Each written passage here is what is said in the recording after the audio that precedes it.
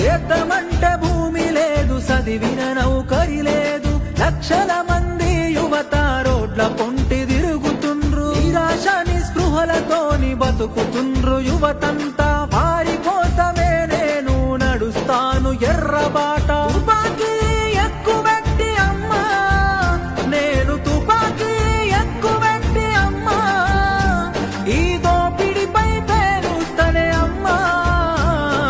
అమ్మా పొరుబాటలోనే నడుస్తనే పేదల కోసం, తిరిగి వస్తానని ఎదురు చూడకమ్మ నా కోసం. కలో గంజో దాగి మనం కాలమెల్లదీద్దాము, అందరి కోసం నీవు ఆరాట పడబోకు.